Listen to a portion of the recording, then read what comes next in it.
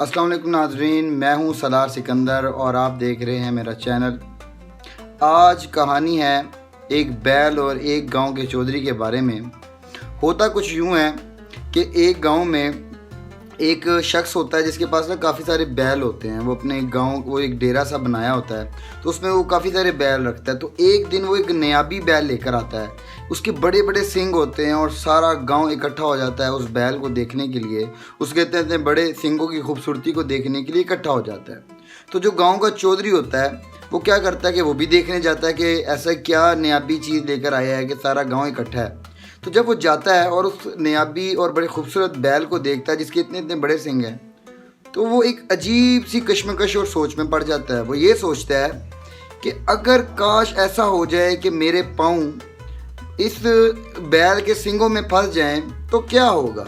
यानी अगर मेरे ये जो पैर हैं वो इसके सींगों में फंस जाएंगे तो क्या हो जाएगा। वो एक उसकी कश्मकश पैदा होती है दिल में, दिमाग में, और वो चला जाता है। जब अगले दिन वो वहीं से गुजरता है तो फिर उस बैल के सींगों की तरफ देखता है और वो ये देखकर सोचता है कि अगर ऐसा हो जाए कि मेरे दोनों पैर उस सींगों में फंस जाएं उस बैल के तो क्या होगा।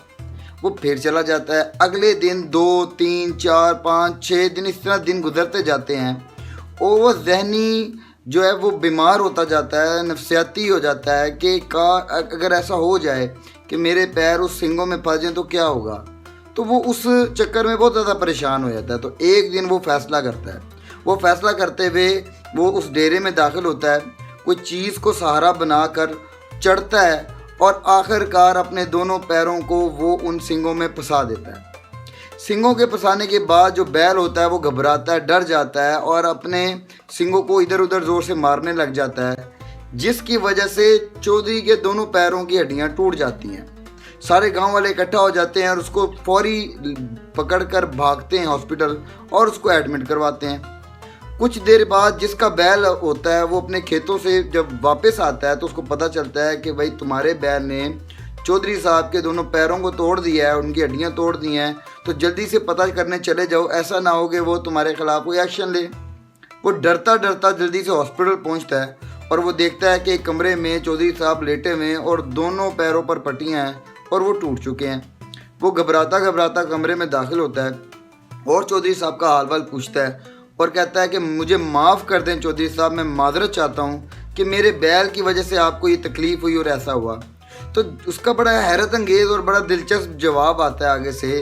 वो चौधरी साहब कहते हैं कि माफ़ी को मार दफ़ा कर, गुम कर, मेरी परेशानी तो ख़त्म होगी ना कि अगर मैं बैलों में मेरे पैर फंस जाएंगे तो क्या होगा, ये होगा। यानी अंजाम उसका पता चल जाए कि अगर पैर फंसेंगे तो वो टूट जाएंगे।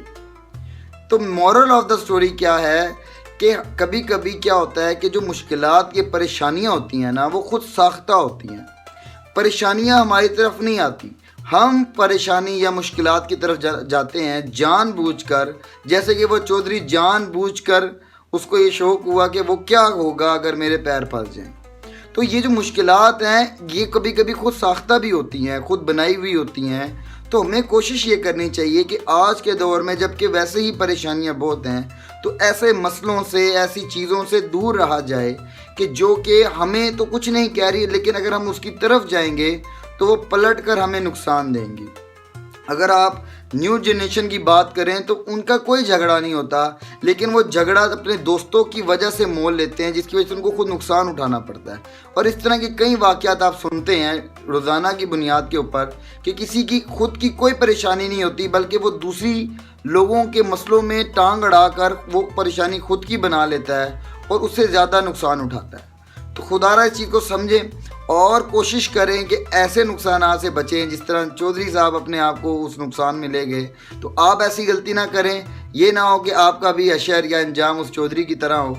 इसीलिए अपने आप को सेव रखें और ऐसी मुश्किलात और परेशानियों से ख़ुद को दूर रखें। उम्मीद करता हूँ कि आपको मेरा ये मैसेज और ये वीडियो पसंद आई होगी।